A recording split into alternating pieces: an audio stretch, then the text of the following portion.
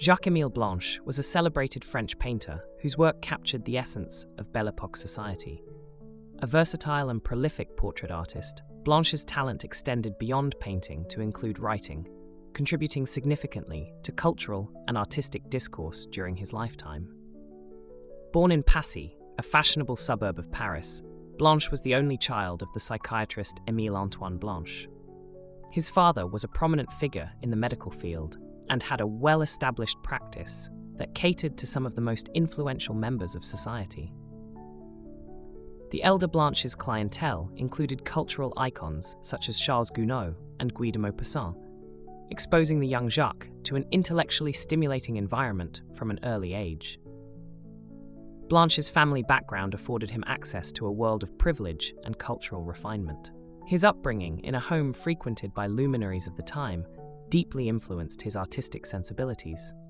Although he was originally expected to pursue a career in medicine like his father, Blanche's interests veered toward the arts, a choice that his family supported. Blanche's initial exposure to art came through private lessons rather than formal schooling. He demonstrated an early aptitude for drawing and painting, and his family ensured he received training from renowned artists. One of his early mentors was Henri Gervex, a French academic painter whose guidance helped Blanche refine his technical skills. Blanche also studied briefly under the eminent French painter Carolus Duran, whose studio was a hub for aspiring portrait artists. Carolus Duran emphasized the importance of working directly from life and capturing the vitality of the subject, principles that profoundly shaped Blanche's approach to portraiture. Unlike many of his contemporaries, who followed the rigorous academic traditions of the École des Beaux-Arts, Blanche developed his style through a combination of formal instruction and self-directed learning. His exposure to Impressionism, particularly the works of Édouard Manet and Edgar Degas, encouraged him to experiment with color and composition. However, Blanche maintained a preference for a more structured and refined aesthetic that aligned with the traditions of portraiture. Blanche's early works garnered attention for their sophistication and elegance. His first major success came in the 1880s, when his portraits began to attract the interest of Parisian society. His ability to capture not only the physical likeness, but also the personality of his subjects set him apart from his peers. The 1880s and 1890s were a period of rapid growth for Blanche as an artist. He developed relationships with influential figures in the literary and artistic circles of Paris, including Marcel Proust and André Gide. These connections not only inspired his art, but also provided opportunities for him to expand his reputation as a sought-after portraitist.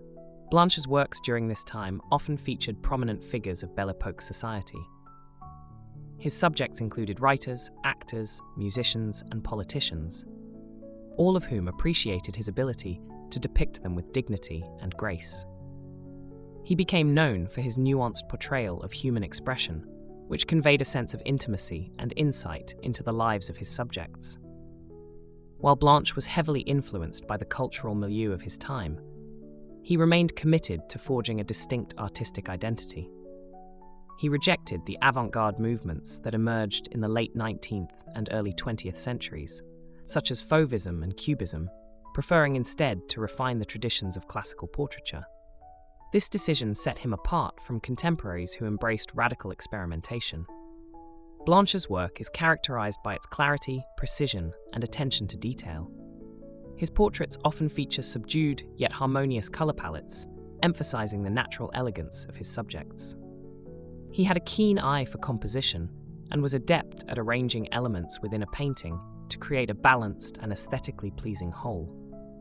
By the turn of the 20th century, Jacques Émile Blanche had established himself as one of France's leading portraitists. His clientele extended beyond Paris to include figures from Britain and other parts of Europe.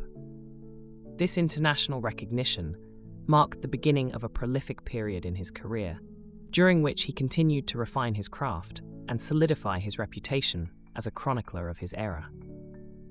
Blanche's contributions to the arts were not limited to painting. He was an accomplished writer who published essays, memoirs, and art criticism. His literary works provide valuable insights into the cultural and artistic dynamics of his time, further cementing his legacy as a multidimensional figure in the history of art. Jacques Émile Blanche's formative years laid the groundwork for a remarkable career that bridged the worlds of art, literature, and society. His ability to navigate these spheres with finesse and his commitment to capturing the essence of his subjects positioned him as a pivotal figure of his generation. In the later stages of his life, Jacques Émile Blanche, 1861 to 1942, solidified his reputation as one of the foremost portraitists of his time. Building on the foundation of his early career, Blanche expanded his influence both within and beyond the art world. By the early 20th century, Jacques Émile Blanche had firmly established himself as a leading figure in portraiture, not only in France, but also internationally. His artistic style, which combined traditional techniques with a contemporary sensibility, appealed to a broad range of patrons. In particular, he gained significant recognition in Britain, where he developed lasting relationships with members of the cultural and literary elite. Blanche's connection to British society was facilitated by his regular visits to London, where he exhibited his works and cultivated friendships with prominent figures. His British subjects included writers like Henri Gervex and Virginia Woolf, as well as politicians and aristocrats. Blanche's ability to navigate the intricate social hierarchies of the time further enhanced his reputation as a painter of distinction. One of Blanche's most remarkable traits as an artist was his ability to capture the psychological depth of his subjects. His portraits often went beyond mere physical representation, offering insights into the personalities and inner lives of those he painted. This quality earned him praise from critics and patrons alike, who recognized his unique ability to convey both the public and private facets of his subjects. Blanche's technique evolved over the years, reflecting his growing confidence and mastery. His mature works display a remarkable balance between formality and spontaneity. While he adhered to the compositional rigor of classical portraiture, his brushwork became increasingly fluid, lending a sense of vitality to his paintings. This stylistic evolution ensured that his works remained relevant in a rapidly changing artistic landscape. In addition to his achievements as a painter, Jacques Émile Blanche was a prolific writer whose essays and memoirs offer a rich account of the cultural milieu of his time. His literary output includes reflections on art, literature, and society, as well as personal anecdotes about the many notable figures he encountered throughout his life. Blanche's memoirs, particularly Propos de Peintre, 1923, are valued not only for their insights into his artistic philosophy, but also for their vivid portrayal of Belle Époque and early 20th century society. His writings reveal a keen intellect and a deep understanding of the interconnectedness of the arts, making him an important commentator on the cultural movements of his era. The outbreak of World War I marked a significant turning point in Blanche's career. Like many artists of his generation, he was deeply affected by the war and the profound social changes it brought about. While he continued to paint, his works during this period reflect a more somber tone, as the optimism of the Belle Époque gave way to the uncertainties of the modern era. Despite these challenges, Blanche remained a sought-after portraitist. His ability to adapt to the changing tastes of his patrons ensured his continued success. He also became an influential mentor to younger artists, sharing his knowledge and experiences with the next generation. In his later years, Blanche received numerous accolades for his contributions to the arts. He was a regular exhibitor at the Salon and other prestigious venues, and his works were acquired by major museums and private collectors. His international acclaim was further solidified by retrospective exhibitions that celebrated his long and productive career. Blanche's role as a cultural bridge between France and Britain also earned him recognition in both countries.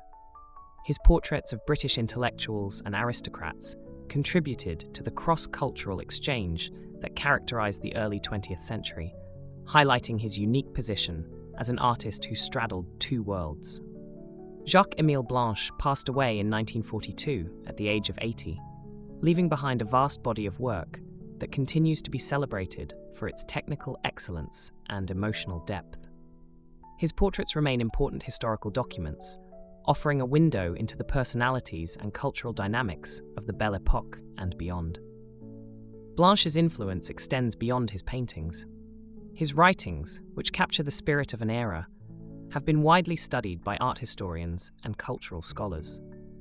His ability to articulate the nuances of artistic practice and his reflections on the broader cultural context have cemented his place as a multi-dimensional figure in the history of art.